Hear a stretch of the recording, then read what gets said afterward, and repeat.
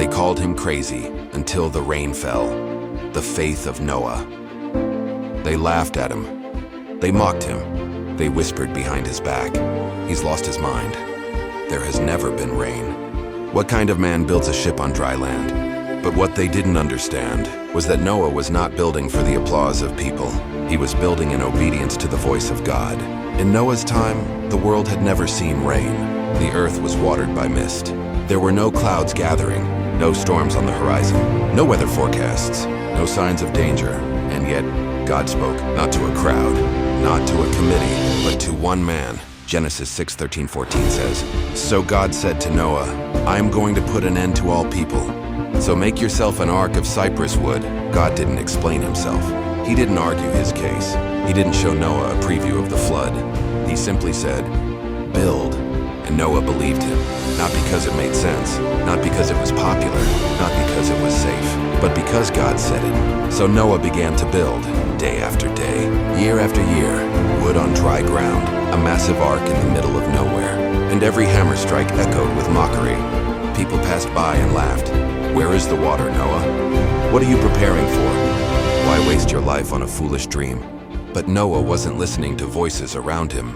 He was listening to the voice above him. Let this sink in. Noah built for decades, without seeing a single drop of rain.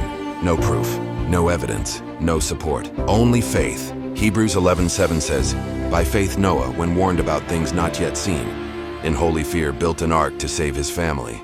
Things not yet seen, that is real faith. Faith is not believing what you see. Faith is obeying what God said, even when you see nothing. The world thought Noah was crazy, but heaven called him righteous. You see, when God gives you a vision, it will rarely make sense to people who are not called to it. They will misunderstand you. They will question you. They will label you. But obedience will always look like madness to those who don't hear God's voice. And then, the day came. The sky grew dark. The clouds formed. The wind began to rise. The same people who laughed started to run. The same people who mocked started to panic. The same voices that said, "You're crazy," now cried for mercy. But the door of the ark was closed, not by Noah, but by God. The rain fell, the flood came, and suddenly obedience didn't look foolish anymore. It looked like salvation. Here's the truth. God will often call you to build before the storm appears, before the diagnosis, before the crisis, before the collapse, before the breakthrough. He prepares you in advance, but preparation always feels uncomfortable when others don't see what you see.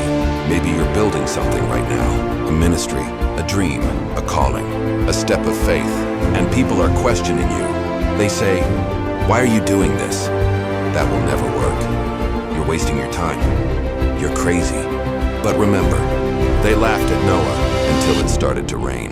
Do not stop building. Do not stop obeying. Do not stop trusting.